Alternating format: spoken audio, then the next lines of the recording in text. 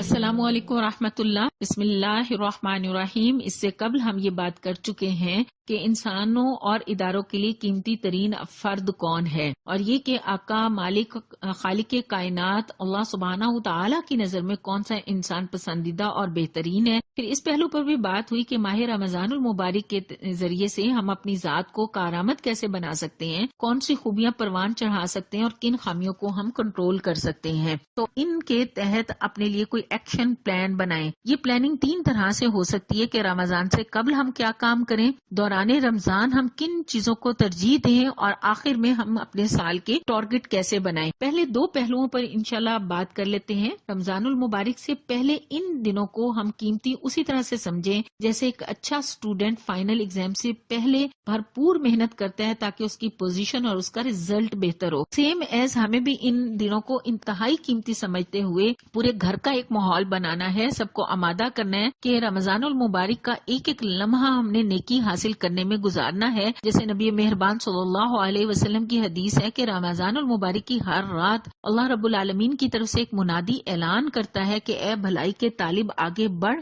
اور اے برائی کے طالب رک جا. یعنی کہ بھلائیاں سمیٹنے اور حاصل کرنے کا بہترین مہینہ رمضان المبارک ہم نے کیسے بہترین بنانا ہے. دوسری جو بات ہے وہ یہ کہ بطور خاتون خانہ ہونے کے ہماری سحری افطاری کا اہتمام کرنا ہماری ذمہ داری ہے، کیونکہ ہم اس طرح سے اپنے گھر والوں کی صحت کا بھی خیال رکھتے ہیں اور بچوں کے اندر روزہ رکھنے کا جوش اور ولولہ بھی برقرار رکھتے ہیں. تو سحری افطاری کی کن اشیاء کو ہم رمضان المبارک سے پہلے بنا سکتے ہیں تاکہ یہ قیمتی ترین دعا کے مقبول ہونے کے اوقات میں ہم دعائیں کرنے کا اہتمام کر سکیں.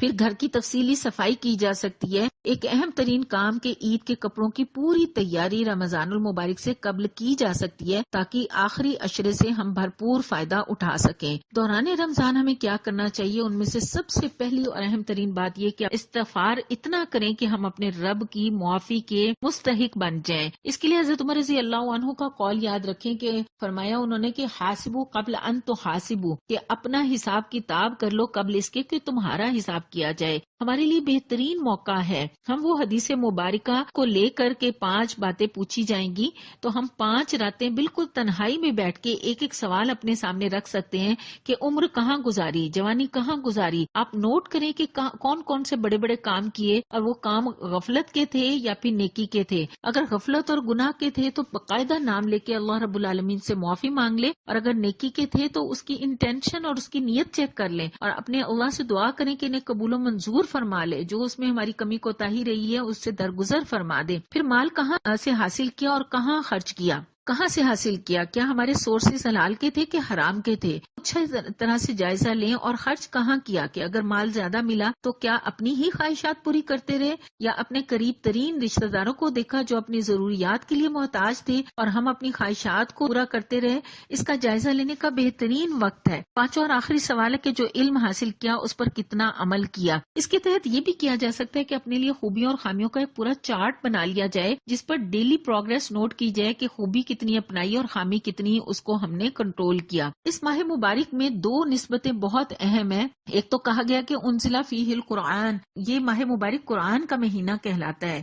حقیقت بھی یہ کہ جو اس ماہ مبارک سے قرآن کے سرچشمہ ہدایت سے محروم رہا وہ حقیقتاً ہو سکتا ہے کہ رمضان المبارک کی تمام خیر اور ہدایت سے ہی محروم ہو جائے.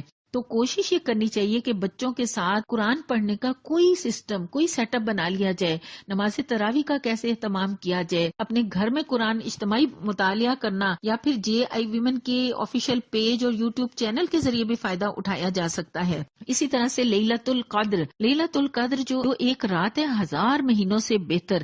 انسان کی اتنی عمر نہیں ہوتی جتنی یہ رات قیمتی ہے. اس رات سے آخری عشرے سے میں نے کیسے فائدہ اٹھانا ہے، کیسے میں نے اس کی ایک ایک لمحے سے نیکی سمیٹنی ہے، اس کی بھرپور ہماری پلاننگ ہونی چاہیے. ایک آخری بات یہ بھی کہ انفاق فی سبیل اللہ، اپنے مال کو اپنے رب کے راستے میں اس ماہ مبارک میں ہم کیسے خرچ کر سکتے ہیں، کون سے رشتہ داروں کے روزوں میں سہولت دی جا سکتی ہے، کون سے محلے کے لوگوں کی افطاری کروائی جا سکتی ہے، کیسے ان کو چیزیں مہیا کی جا سکتی ہیں، اجتماعی دین کے کاموں میں ہم کیسے مدد کر سکتے ہیں. اس کے ساتھ ساتھ یہ بھی کیا جا سکتا ہے کہ کچھ دعائیں اور اذکار ان کی باقاعدہ پلاننگ کی جائے، کیونکہ آج کل تو ایسی بیماریاں بھی ہیں کہ انسان کی عقل دنگ رہ جاتی ہے.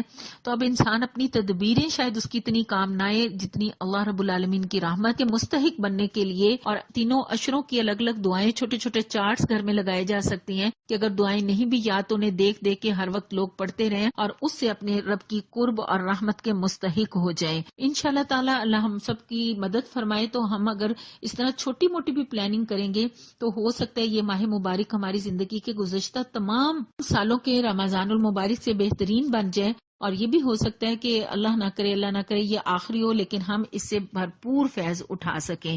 السلام علیکم ورحمۃ اللہ.